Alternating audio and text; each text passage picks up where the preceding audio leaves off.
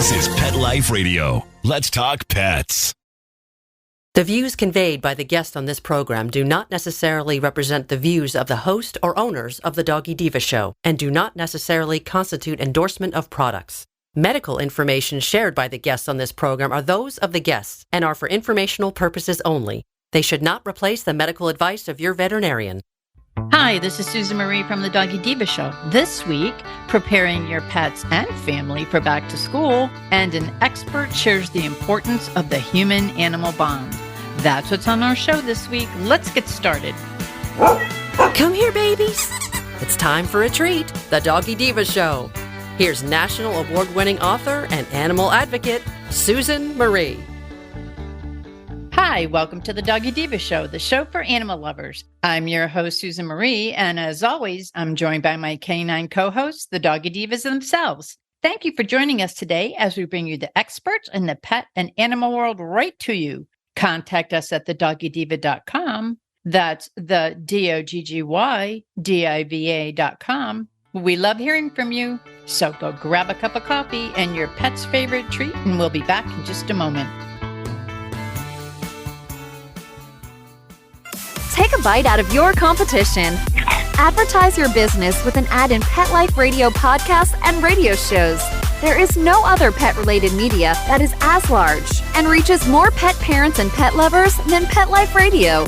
With over 7 million monthly listeners, Pet Life Radio podcasts are available on all major podcast platforms. And our live radio stream goes out to over 250 million subscribers on iHeartRadio, Odyssey, TuneIn, and other streaming apps. For more information on how you can advertise on the #1 pet podcast and radio network, visit PetLifeRadio.com/advertise today. Let's Talk Pets on PetLifeRadio.com.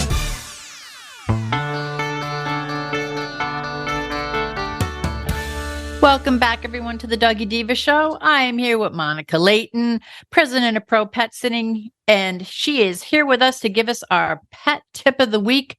Monica, it's that time of year again when households and our pets, our lives get sort of turned upside down. It's back to school. Can you give us some really helpful tips to help us to adjust to acclimating our pets and acclimating ourselves to being away from our pets and making sure everything's okay because the house may be a little empty? Absolutely. So I don't know if you're like me or a lot of the other mom friends I have. Back to school can be stressful. You got a lot to prepare for.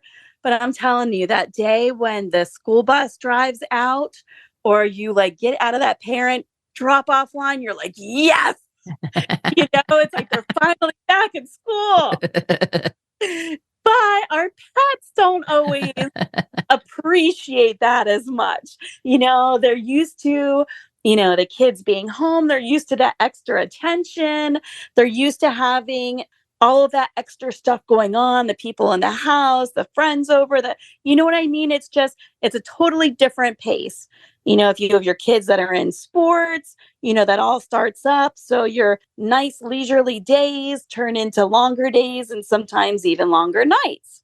So of course, that leaves a lot of time for our pets to get into trouble, to have issues, to develop kind of anxiety type related problems. So a couple things that you can do to avoid all that. One, first things first, for all of you that went out and got a puppy over the summer, this, of course, could be a change in their potty routines. And as we know with younger dogs, even some of our older ones, if you get out of that routine, sometimes it kind of ends up in a little accidents and things going on. So definitely, making small adjustments prior to school starting. So, the couple weeks before, try to, get it closer to the times that it would be during the rest of the year. So you can make sure, okay, they're adequately doing okay from this time frame to this time frame. This would be when we would be getting there. So any kind of schedule change, I always say, kind of do slowly with them, because if they're used to having somebody at home all the time, all day long, the kids are at home from school, whatever, even if you're at work, you've got somebody letting that dog out all the time, or you have somebody watching his cues, they're going to notice that the dog's, running around like it has to use the bathroom or running to the door. Well, if somebody's not in the house anymore, you're not going to see those cues, and knowing that your pet can handle, that schedule and that time frame is really important. Next is the ones that are used to having all these people around, and then your house gets emptier. And of course, that can, leave them a little anxious, a little anxiety ridden. The last thing you want to do is end up getting into a situation where you have a pet that ends up with a separation anxiety. You don't want to make a huge big deal about leaving or coming home, because pets see those as, oh my gosh, I'm getting all this attention. And then when you leave, they're like, oh, like my world has ended, And that's when they get into, some of the excess vocalization, or they're the ones that like try to chew their way out of the crates or chew into walls. We've had dogs that have chewed, we literally had a client who was following the child, like they were literally watching the child in the house walk away, and went through the glass windows.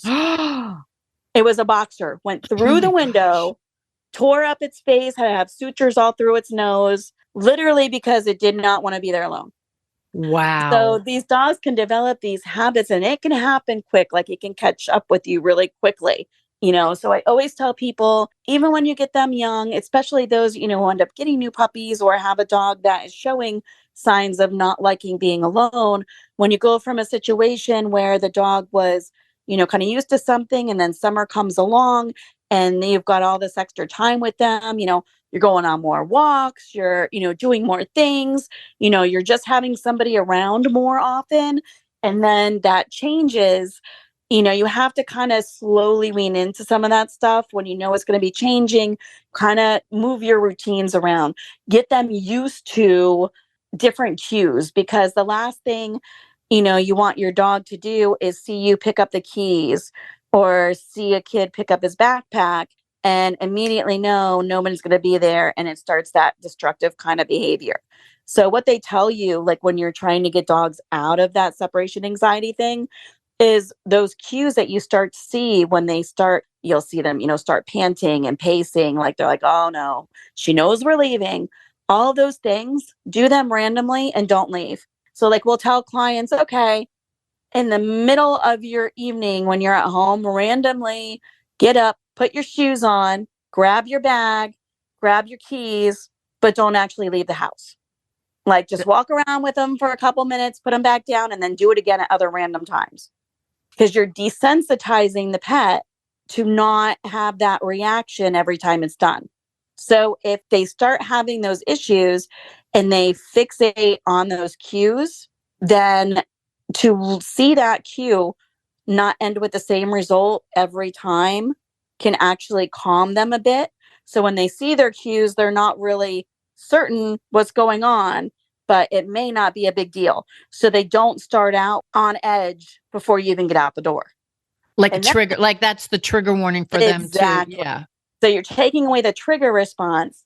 And then when you leave, give them some kind of special treat or some kind of special activity. We have people that, will fill Kongs, put some like fruit or veggies in there and kind of add water and make it into like an ice cube, some special treat. They have like, for my dogs, I've gotten them the little doggy puzzle toys. They only get those when we're out, and it keeps them occupied. So we put it down, we leave, they're not freaked out by the cues initially. But then for me, I have one of those Furbo cameras, and it sends me alerts every time the dogs are barking. And that's what would happen. After 20, 30 minutes, they're like, what the heck? She left, But they don't really have that reaction because they're not sitting there waiting, going, okay, is she coming back? Is she not? And then when you don't, they're like, all right, but she left this. You know what I mean? It takes their mind off of it, something that'll take them some time and it'll refocus them. So whether they're trying to like chew out all the treats that are melting, or, people put peanut butter inside their yogurt and fill it up with stuff, or you give them a special treat that they like that takes a little time for them to chew down. Or like I said, one of the puzzle things. But that all takes their time, so they calm them down. They're mentally stimulated. So mental stimulation for pets can be just as great as exercise. You know what I mean? It calms them, it makes them tired. So they're going to be in a different mindset to kind of counteract some of those issues that you're going to have as far as the separation anxiety type things. One thing that you talked about, and this is a while ago, and actually some people who listen to the show use this with their pets. And as I'm thinking about this, about desensitizing, having them looking forward to something and it takes their mind. Remember you talked about a snuffle mat and you put the treats Yes. all inside the mat and it keeps them like searching for it and busy. And I've had people tell me that that has helped them so much. Leaving, having the dog being actually the dog kind of looks forward when they see it coming out going, okay, you can go now. Bye. So Yeah. that was a great idea. And like for my guys, we do the little puzzle toys, but instead of dog treats, because, you know, we have a pug and pugs' best friends are food, doesn't matter what kind. And, you know, they got the little stubby legs and you don't want to have all the arthritic problems and they're just prone to, be hefty ladies. So I always watch our little Olive to make sure that she's not becoming a hefty lady. And what I do is just our dogs eat in the evening, but I just take out a portion of their regular kibble and they get a smaller portion amount in, you know, their puzzle toy or in the snuffle mat. And then I'll throw in like maybe one or two little, like I'll put in like a couple blueberries or, you know, just something that I know is good for them that's lower fat, lower calories, and they're not gonna, you know what I mean? Because that is a concern when you talk about doing stuff on a regular basis. And, you know, people don't realize how much weight your pet can take on by, you know, giving a handful of treats every day. All of a sudden, you know, you're like, great, that's working. But now my dog is really getting big. Very happy and very big. Yes. But, you know, lastly too, you know, the thing that I always remind everybody about also is, you're going to have a lot of kids running around, getting to, you know, the bus stops, going, you know, walking to their bus stop. And if your house is close to a bus stop or close to a, you know, a route, just be really cautious. I am a huge proponent that even if kids don't have pets, they should learn how to approach a pet and learn what to do and what not to do just for their own safety. They go to a friend's house or they approach, you know, a stray dog, something, you know, if they're not familiar, they need to know how to act and how to remain safe themselves. But, you know, there are kids out there that don't understand or they just choose to do their own thing. And you don't want, you know, your pets being outside, like in your fenced in yard and being in a situation where, you know, kids are sticking their fingers in the fence or Lord forbid, you know, tossing things, you know, oh, you want some cookies? Like here, I got Oreos in my lunchbox. You'd be surprised things that can happen and things that we see. So just being really cautious. If your pet is not one that, you know, really cares for kids or, you know, doesn't like a lot of strangers around the house, you know, maybe adjust the schedule to your, you know, to where your pet's not out during that school bus drop off and pick up time. And, you know, most of those are listed right online to where anybody can go in and, you know, kind of enter the address for their closest school and see, you know, what their bus would be if, you know, they were registered for the bus. Or you can simply call your county's, you know, school board and ask. They'll be able to tell you. But if you have a pet, you know, again, that, you know, doesn't like people in the yard or, you know, you don't know how they're going to do with kids or whatever. If you have a fence that, you know, has little holes or they can stick their nose through, anything like that, it's always better to just plan, know when it's going to start occurring. And that way you can kind of keep a watchful eye or try to, you know, switch the schedule up to where during that 15, 20 minutes, the kids are gathering till the bus picks up, you know, the outside area is kind of avoided. No, that's a great idea because not only does it keep the kids safe, it also helps to keep the pets safe, the doggy safe, because they don't know if someone's thrown an Oreo or who knows what over. They'll like, oh, yeah. And then they'll get sick or, you know, who knows? It's always best to err on the side of caution. And that's a good idea, to contact the school or, look it up online just to see what the bus line is and when the pickup and drop off times are. That's a great idea. All those little things, switching the routines, watching about the anxiety and, just the safety issues, you combine those three, just a little extra time prepping for back to school, kind of think about it as backpack filled, check. Dog, bus schedule, check. It's just making sure that, they're kind of included in that little checklist that you got going on there to prepare everything. So that way, it's not the first day of school and you come home to, a mess in your house, or the dog's been barking at the kids outside, or, it's just not the way to start out the day. So a little precaution can take so much ease, and getting through all of it was no problems. Well, this is very good information, very timely information. For those of you that are down by us in Florida and in the South, back to school is early August. And for those of you that are going back after Labor Day, get everything all ready now, because you want to have your pet already desensitized, your yards, that when the bus is coming, when the bus is going. Get everything all lined up now, and then back to school, hopefully, will be a breeze for you and your pets. So, Monica, thank you very much. This was great information as always. Thank you. We'll be back in just a moment. Hello, everyone. Susan Marie here to tell you about the award-winning 3-book series, The Doggy Diva Diaries. It is a trilogy of heartwarming and inspirational stories about Miss Olive, a lonely little rescue pup, hoping to find her forever family and friends and a life filled with love. In this series, Miss Olive learns that it doesn't matter what you look like on the outside, it's the kindness and love you have on the inside that counts.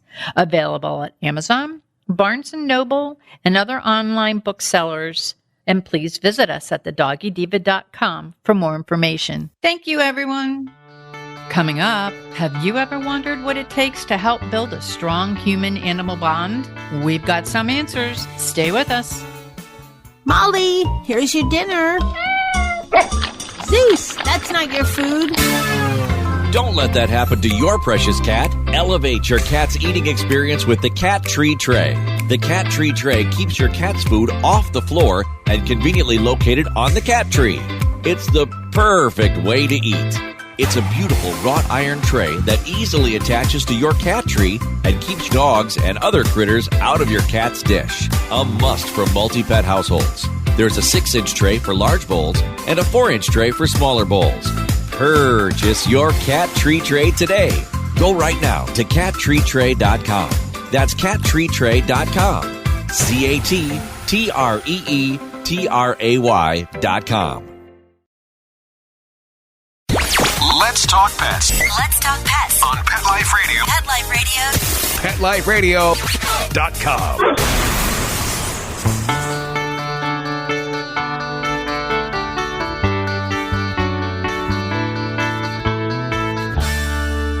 Welcome back, everyone, to the Doggy Diva Show. Sara Hopkins is the founder of Compassion for Paws, an in-home, end-of-life care for pet service in the Pacific Northwest.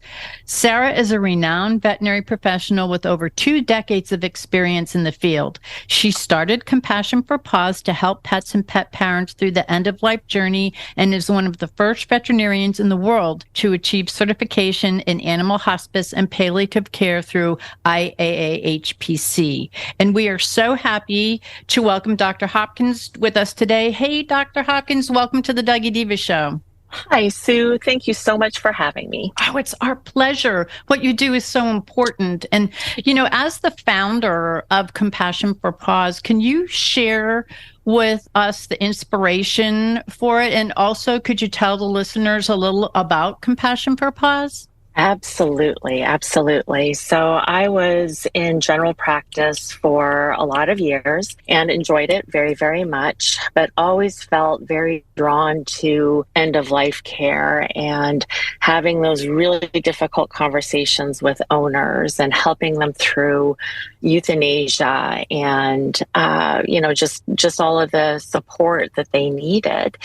And I thought, what about having this done in the home setting? So many pets hate coming to the vet hospital. They hate the cold table. They hate the barking dogs in the background. Could we do this in the home and give them a beautiful, peaceful, gentle passing? So I quit my job and I started Compassion for Paws. And as you said, we're a mobile practice. Started out doing also some acupuncture and laser therapy, but now focus on hospice care and palliative care and the euthanasia. So our services are within in the home, and we basically have environment where the pet is completely comfortable, they're relaxed, they're in a familiar place with the people that they love, and they just gently fall asleep.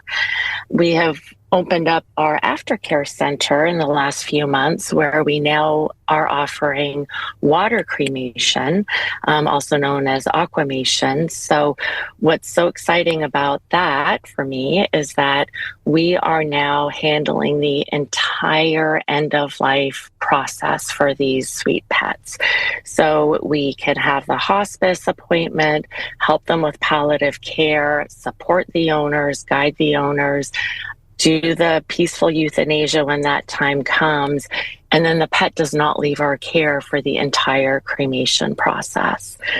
So just very excited to be able to offer that entire continuum of care. Wow, that's so, having just gone through something very similar with my 18-year-old, we went through the palliative care and the hospice, and then a very peaceful passing with our pet. So what you're doing, I know how important it is. It's so important, not only to the pet, but to the pet parent. And the bond between pet parents and their pets, it's such a special relationship. Can you share some of the key factors that can impact a human-animal bond? Oh my goodness, absolutely. And it's so amazing looking at the human-animal bond now, even compared to just, 10 years ago, 20 years ago, and how significant and deep these bonds are. And I think, we're just coming out of the COVID pandemic, where everybody was locked down for a period of time, and that really deepened the bond with a lot of people and their pets. I think there's a lot of different factors that can impact the human-animal bond, and affects it at different points of the animal's life. I think from a very basic level, for example, people wanting to bring a dog into their family, maybe not understanding the dog breed, not knowing what would be a good breed for their lifestyle or for their family, that could definitely impact the bond between the people and the pet. For an aging animal who needs more medical care or care in the home, that can also impact the bond between people and the pet. I'll give you an example. I used to have an old kitty cat who had kidney disease, and one of the management tools for kidney disease in cats is giving subcutaneous fluids or fluids underneath the skin. And being a vet, I've done that thousands of times, and I could not do that to my cat. And she would see me coming with a bag of fluids and she would run away. And I was, in essence, breaking down that bond in those precious last months with her. And I decided at that time, I'm not going to give her the fluids because that would break down the bond between us. So even as a palliative care veterinarian, we counsel people on that. I have some clients right now whose dogs cannot take medication, and the owners say, well, I can't shove pills down the throat because then she's going to hate me. So we need to come up with other ways to administer the medication so we don't break down that bond during that very important time. That's so important. And what are the 5 key factors that can impact the human-animal bond? Well, I think there's a lot of factors that can impact the bond. Like I said, just not fully understanding, the breed or the type of pet that you are bringing home, not understanding the pet's body language, not being able to read their needs. We need to be able to meet their needs. What are their exercise requirements? What are their needs for affection? Some pets are very affectionate and, very schmoopy and want all the attention. And then other pets just, are more standoffish, and we need to really recognize what each individual pet wants. We need to be able to understand their health conditions and be able to address those health conditions. And I think a huge one affecting the bond is underestimating our time and our ability to make a commitment to these pets.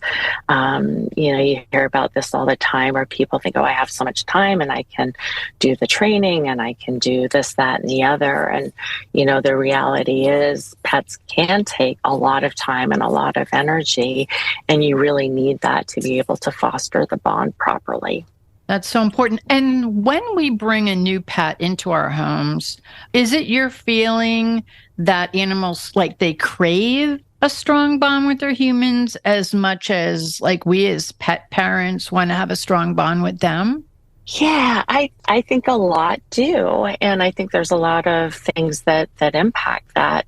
I kind of keep going back to breeds. I used to have a cattle dog who was a rescue dog, and she was my girl, and she was very bonded with me, and I was very bonded with her, but she didn't give two toots about anybody else in our family. Now we have a golden retriever who is everybody's friend.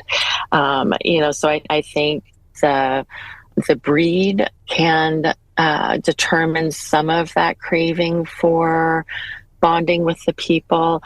I think the history, were they brought in as a puppy or a kitten, or were they a rescue and maybe have some unknown history?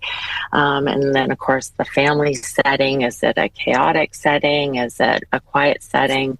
What is an animal drawn to? But I do think a lot of animals inherently want to bond with the people.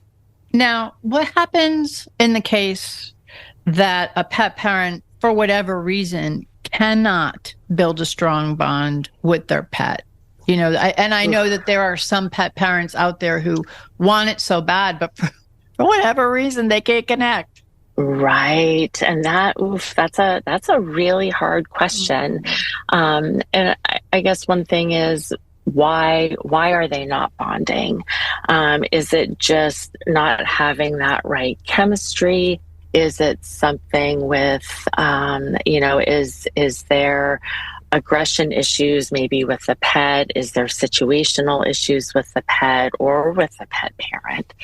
Is it a time issue? Is it the pet needs more energy exertion than they're getting, or bring in a pet sitter to help with something? If it's not having that connection, maybe taking on agility classes or finding some activity that the pet really, really enjoys, and seeing if that could help to foster a bond. That's great. It's almost like finding a common ground.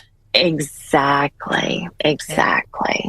Can you tell the listeners where they can go to learn more about you? You have such a terrific background, and more about Compassion for Paws. Oh, absolutely, Sue. Our website is compassionforpaws.com, and that's the number 4, and then paws, PAWS.com. All of our information is right there. Thank you. And Sara, before we go, is there anything that we may not have covered that you would like to share with our listeners? Oh, I mean, I could honestly talk for hours. It's such an important topic. Well, I think all of it is, and just, really respecting and understanding the human animal bond. And I think that's kind of the cornerstone of our practice. is just respecting that bond. And when we respect that bond and we respect the pet and we respect the caregivers, we really can make the whole end of life process and time a little less awful for people. That's so important. And as I mentioned, I recently lost one of my fur kids, precious fur kids, who was about 18. And then we lost another one a year ago. And what you're saying is so important, because the surroundings that happened as an emergency was so totally different than what we just went through with Francesca, which was, we went through the palliative, the hospice, and then had a very peaceful, very loving ending of life. And I think that's what us as pet parents, I was traumatized from the last one. I'd never done it before in my life that way, this way. And I've been doing rescue for 25 years. The way we did it with Francesca was how we normally do it. And it gave me such peace in my heart. So not only what you're doing is so kind and compassionate for the pet, what you're doing is also kind and compassionate for the pet parents. So on behalf of pet parents everywhere, I thank you very much. Oh, thank you so much. And it really, I can't tell you how many times I'm asked, I don't know how you can do what you do.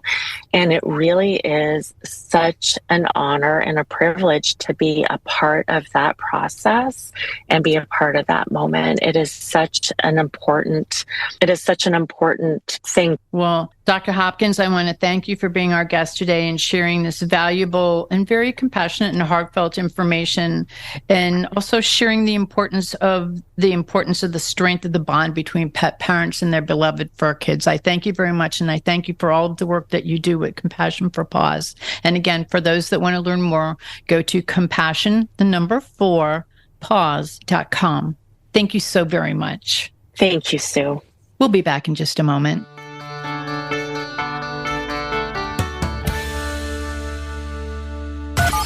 Talk to the paw. Hey, y'all, it's Kelly Pickler. Hi, this is Margaret Cho. Hey, everybody, I'm Rachel Ray. There's only one station that gives you the scoop on wagging tongues and tails, and who's walking who in Renton and Tinseltown. Pet Life Radio, the tail wagger. Let's talk pets. Let's talk pets On Pet Life Radio. Pet Life Radio. PetLifeRadio.com.